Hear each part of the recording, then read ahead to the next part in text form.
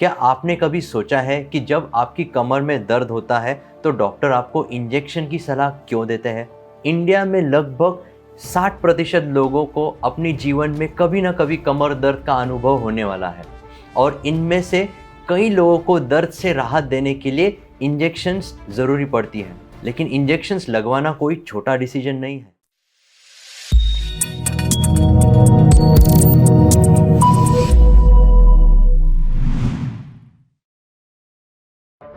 नमस्कार दोस्तों, मैं डॉक्टर उदय पोटे, ऑर्थोपेडिक स्पाइन सर्जन और आज स्पाइनटास्टिक्स चैनल पर आपका स्वागत है।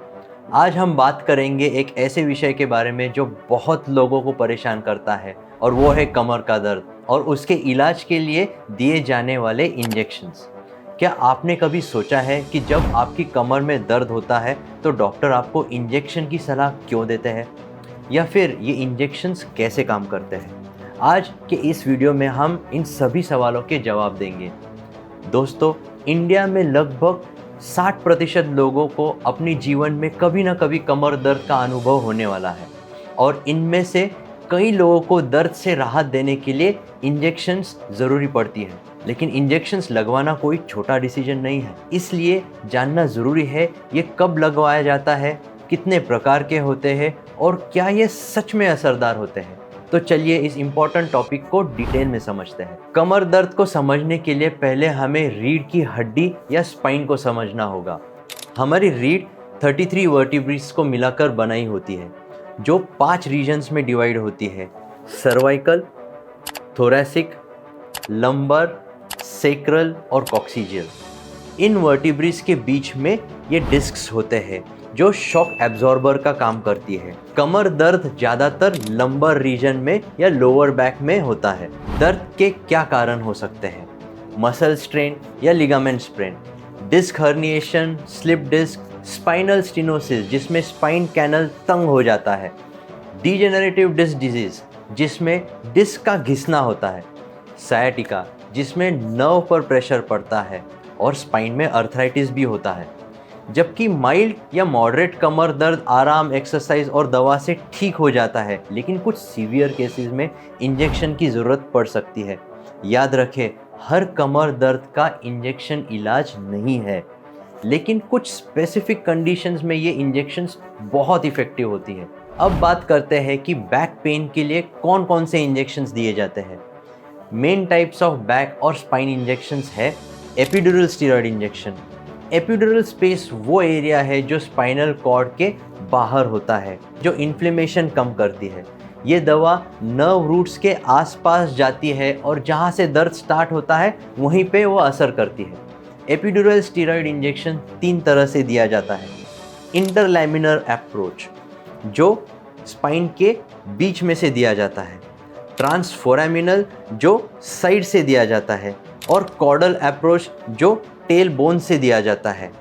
ये injection specifically disc herniation, spinal stenosis और सायाटिका जैसे कंडीशंस में इफ़ेक्टिव होता है।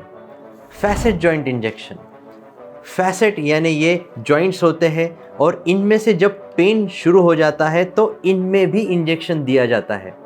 एज के साथ या इंजरी के बाद इनमें अर्थराइटिस हो सकता है जिससे दर्द होता है। इस प्रोसीजर में डॉक्टर फैसेट जॉइंट में ही इंजेक्शन डायरेक्टली इंजेक्ट करती है। अगर इंजेक्शन से आपको टेम्पररी रिलीफ मिलती है तो ये कंफर्म होता है कि दर्द का सोर्स फैसेट ही है। और एक इंजेक्शन होता है जिसे सैक्रोइलियक जॉइंट या एसआई जॉइंट में दिया जाता है। एसआई जॉइंट पेल्विस और स्पाइन को जोड़ने वाला जॉइंट है। इसमें दर्द होना कॉमन है, स्पेशली प्रेगनेंसी के बाद या अर्थराइटिस की वजह से। एसआई जॉइंट इंजेक्शन में steroid injection directly SI joint में ही दिया जाता है, जिससे उसमें बना हुआ इन्फ्लेमेशन कम हो जाता है। नर्व ब्लॉक इंजेक्शंस, इन छेदों में से जो नर्व्स निकलती है और हमारे पैरों में इलेक्ट्रिकल सप्लाई देती है, अगर उनमें इन्फ्लेमेशन होता है तो ये भी हम इंजेक्शन के द्वारा कम कर सकते हैं। मीडियल ब्रांच ब्लॉक या फैसेट जॉइंट नर्व्स के लिए भी ये इंजेक्शन दिया जाता है। और एक बहुत कॉमन इंजेक्शन जो हम देते हैं वो है सिलेक्टिव नर्व रूट ब्लॉक या रूट ब्लॉक, जिसमें हम स्पेसिफिक नर्व के पास ही इंजेक्शन देते हैं। ट्रिगर पॉइंट इंजेक्शन, काफ़ी बार मसल्स में नॉट्स या ट्रिगर पॉइंट्स तैयार हो जाते हैं, तो इसमें हम लोकल एनेस्थेटिक स्टीरॉयड के साथ मिक्स करके डायरेक्टली उन नॉट्स में या मसल में दे देते हैं। इन सभी इंजेक्शंस में डॉक्टर एक्सरे गाइडेंस, जिसे हम सियाम कहते हैं, या अल्ट्रासाउंड गाइडेंस के नीचे कर सकते हैं। अल्ट्रासाउंड या सियाम के गाइडेंस की वजह से प्रिसीजन इंजेक्शन देना हमें मुमकिन होता है। अब समझते हैं ये इंजेक्शंस काम कैसे करते हैं। जब हमारी रीढ़ में कोई प्रॉब्लम होती है, जैसे डिस्क हर्निएशन या फैसेट जॉइंट अर्थराइटिस, तो वहाँ पे इन्फ्लेमेशन या सूजन तैयार हो जाता है। इस इन्फ्लेमेशन से नर्व्स पे प्रेशर पड़ सकता है, जिससे दर्द होता है। स्टीरॉयड इंजेक्शन का मेन काम है ये इन्फ्लेमेशन कम करना। अगर दवाई, रेस्ट या फिजियोथेरेपी से ये इन्फ्लेमेशन कम नहीं होता है, तो स्टीरॉयड इन्फ्लेमेशन को केमिकल ब्लॉक के द्वारा कम कर देता है। जैसे ही इन्फ्लेमेशन कम होता है तो नर्व्स का पेन भी कम हो जाता है। स्टीरॉयड के साथ अक्सर लोकल एनेस्थेटिक जैसे लाइडोकेन भी मिक्स किया जाता है, जो तुरंत पेन में राहत देता है। स्टीरॉयड का इफेक्ट जनरली 3 या 5 दिन के बाद शुरू होता है और हफ्तों तक या मे बी लाइफ लॉन्ग भी रह सकता है। याद रखें, ये इंजेक्शन दर्द के सोर्स को डायरेक्टली टारगेट करते हैं।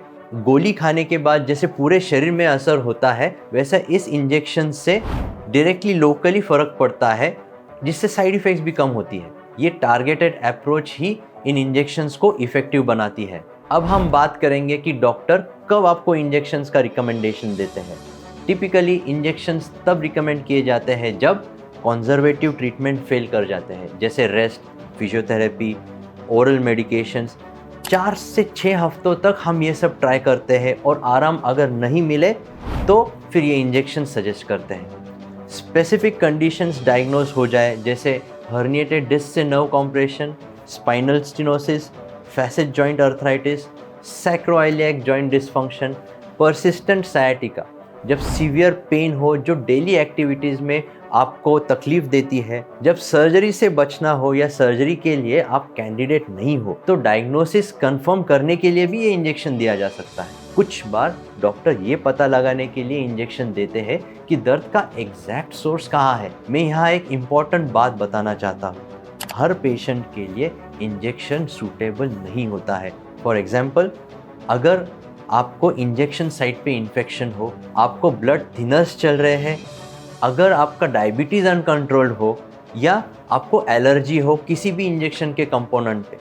कुछ प्रेग्नेंट औरतों में भी हम ये इंजेक्शंस अवॉइड करते हैं। इसलिए इंजेक्शन का डिसीजन हमेशा डॉक्टर और पेशेंट का डिटेल डिस्कशन होने के बाद ही लिया जाना चाहिए। अब हम इंजेक्शंस के फ़ायदे और नुकसान या लिमिटेशंस के बारे में बात करेंगे। फ़ायदे: टारगेटेड रिलीफ, दर्द के सोर्स पे डायरेक्ट एक्शन, क्विक इफेक्ट, कुछ केसेस में तुरंत आराम मिल जाता है। ओरल मेडिकेशन कम लेने की ज़रूरत है तो उस दौरान भी हम लोग इंजेक्शन डायरेक्टली दे देते हैं। इसमें डायग्नोस्टिक वैल्यू बहुत ज़्यादा है, दर्द का सोर्स आइडेंटिफाई करने में एक काफ़ी मदद करता है।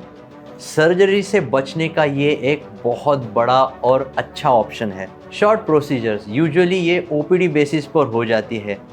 Minimal recovery time, usually same day normal activities resume कर सकते हैं। इसके कुछ साइड इफ़ेक्ट्स हैं, जैसे इंजेक्शन साइट पे दर्द होना, टेम्पररी नमनेस या वीकनेस, इन्फेक्शन जो बहुत रेयर है। अगर प्रॉपर टेक्निक से दिया जाता है और एंटीबायोटिक कवरेज लिया जाता है तो ये बहुत ही रेयर है। टेम्पररी ब्लड शुगर राइज भी कुछ लोगों में देखा जाता है, लेकिन ये बहुत ही मामूली रेज होता है। रेयरली, लेकिन कुछ सीरियस कॉम्प्लिकेशंस भी हो सकते हैं, जैसे nerve damage, paralysis, allergic reaction. पर याद रखिए, ये कॉम्प्लिकेशंस एक्सट्रीमली रेयर है, स्पेशली जब प्रोसीजर एक्सपीरियंस डॉक्टर के हाथ में हो। कुछ लिमिटेशंस है, जैसे टेम्पररी रिलीफ, ये कुछ लोगों में टेम्पररी रिलीफ ही देता है। हर पेशेंट रिस्पॉन्ड नहीं करता है। कुछ लोगों में ये रिपीट करने की ज़रूरत पड़ सकती है और हम ये जनरली 3 से 4 हफ्ते के बाद ही रिपीट करते हैं। रिपीटेड इंजेक्शन से इफ़ेक्टिवनेस कम हो सकती है। ये इंजेक्शन रूट कॉज को एड्रेस नहीं करता, सिर्फ सिम्टम्स कम करता है। इन लिमिटेशंस के बावजूद राइट कैंडिडेट्स के लिए ये इंजेक्शंस क्वालिटी ऑफ लाइफ काफ़ी इम्प्रूव कर सकती है। अब हम डिस्कस करेंगे एक बहुत इंपॉर्टेंट क्वेश्चन, क्या ये इंजेक्शन परमानेंट सॉल्यूशन है? सीधी बात है, नहीं। Spine injections usually temporary solutions है, न कि परमानेंट। ये टेम्पररी रिलीफ प्रोवाइड करते हैं जो पेशेंट के हिसाब से कुछ हफ्तों से लेकर कुछ महीनों तक रह सकती है। Average duration of relief for epidural injection 3 हफ्ते से 3 महीने, फैसेट जॉइंट इंजेक्शन 1 से 3 महीने, एसआई जॉइंट इंजेक्शन 2 से 3 महीने, ट्रिगर पॉइंट इंजेक्शन 1 हफ्ते से लेकर 1 महीने तक। और इंजेक्शन का असली पर्पस है अक्यूट पेन को मैनेज करना, फिजियोथेरेपी और एक्सरसाइज को एनेबल करना, लॉन्ग टर्म रिहैबिलिटेशन प्लान शुरू करने का टाइम देना। याद रखिए, बैक पेन का इफेक्टिव मैनेजमेंट एक कॉम्प्रिहेंसिव अप्रोच है जिसमें शामिल है core strengthening exercise, posture correction, weight management, ergonomic changes, lifestyle modification. Injections इन सभी का सब्स्टिट्यूट नहीं बल्कि कॉम्प्लीमेंट्री पार्ट है।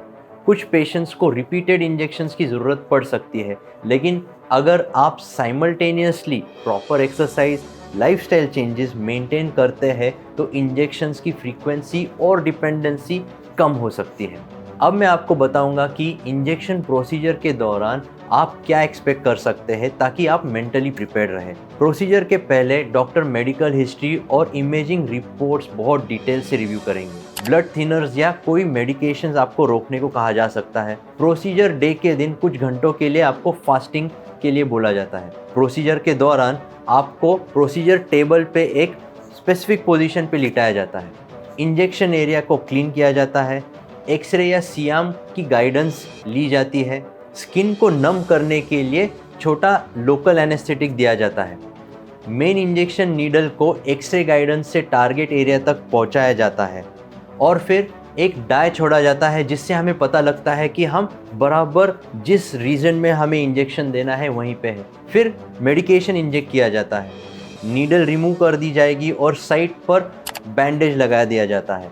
प्रोसीजर जनरली 15 से 30 मिनट तक चलता है। काफ़ी सारे पेशेंट थोड़ा डिस्कम्फर्ट महसूस करते हैं लेकिन सीवियर पेन बिल्कुल नहीं होता। प्रोसीजर के बाद आपको 2 से 3 घंटे के लिए हॉस्पिटल में रुकाया जाता है और उस दिन आप घर जा सकते हैं, लेकिन उस दिन के लिए ड्राइविंग अवॉइड कीजिए। 24 घंटों तक आप कोई भी स्टर्नस एक्टिविटी अवॉइड कीजिए। इंजेक्शन साइट पर आप आइस पैक अप्लाई कर सकते हैं। पेन रिलीफ का pattern generally immediate pain relief होता है लोकल एनेस्थेटिक की वजह से, और 1 या 2 दिन के बाद थोड़ा सा पेन इंक्रीज हो सकता है और 3 से 5 दिन के बाद स्टीरॉयड का इफेक्ट शुरू हो जाता है और 1 से 2 हफ्ते में आपको मैक्सिमम रिलीफ मिल जाता है। सो दोस्तों, आज हमने कमर दर्द के इंजेक्शंस के बारे में डिटेल जानकारी ली। अब मैं कुछ इंपॉर्टेंट रिकमेंडेशंस देना चाहता हूँ। इंजेक्शंस को फर्स्ट लाइन ऑफ ट्रीटमेंट के रूप से मत देखिए, पहले कंजर्वेटिव मेजर्स ट्राई करें। हमेशा क्वालिफाइड स्पाइन स्पेशलिस्ट से ही ट्रीटमेंट करवाएं। इंजेक्शंस के रिजल्ट से रियलिस्टिक एक्सपेक्टेशन रखें, मिरेकल क्योर का एक्सपेक्ट ना करें और हर एक पेशेंट का रिलीफ अलग होता है। इंजेक्शंस के बाद भी एक्सरसाइज प्रोग्राम फॉलो करना बेहद ज़रूरी है। इंजेक्शंस के बाद सिम्टम्स मॉनिटर करें और अनयूजुअल सिम्टम्स के केस में तुरंत डॉक्टर से कांटेक्ट कीजिए। लॉन्ग टर्म सॉल्यूशंस के लिए लाइफस्टाइल चेंजेस पर फोकस करें, regular exercise specially core strengthening, healthy weight management करें और प्रॉपर पोस्चर फॉलो करें। अर्गोनॉमिक वर्क प्लेस सेटअप रखिए, स्मोकिंग और एक्सेसिव अल्कोहल से बचिए। याद रखें, हमारी स्पाइन हमारी बॉडी का फाउंडेशन है, इसकी केयर करना हमारी जिम्मेदारी है। इंजेक्शंस एक टूल है, कंप्लीट सॉल्यूशंस नहीं। अगर आपके कुछ सवाल है तो कमेंट सेक्शन में ज़रूर पूछिए या हमारी वेबसाइट पर विजिट करें।